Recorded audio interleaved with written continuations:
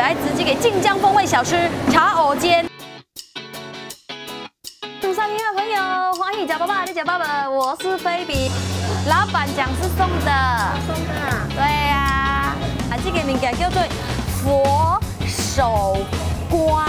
那菲比呢，今天就来到了这个霹雳州的班代人密斯。 Good 啦 good 啦 good 啦 good。然后这个地方呢是一个非常棒的一个小渔村。今天来跟大家介绍的呢，就是我们福建晋江的2道非常出名的食物。第一道呢就是这个藕煎。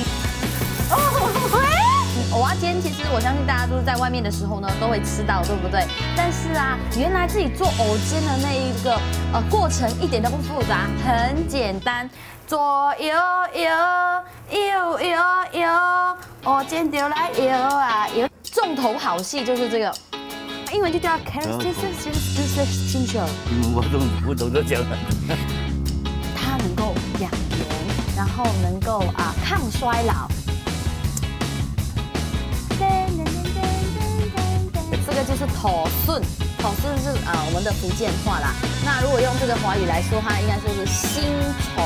你看这个我形容喵喵，好，这男孩子在毛外去，哎呀，金城武，金城武，你早也会去嘞。因为我本身是非常怕那种软软的东西，那我要自己去。 抓新虫，你知道吗？去抓海边抓新虫，抓了新虫过后呢，要把它洗干净，然后要把它里面的那个内脏取出来，然后再把它煮。好了，好。Sorry 啊！记得。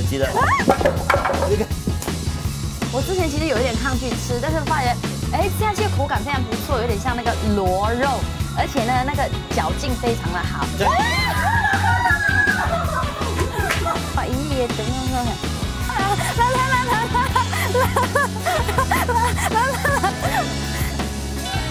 第二件今仔日叫我来直击的，怎么伊家己做走呢？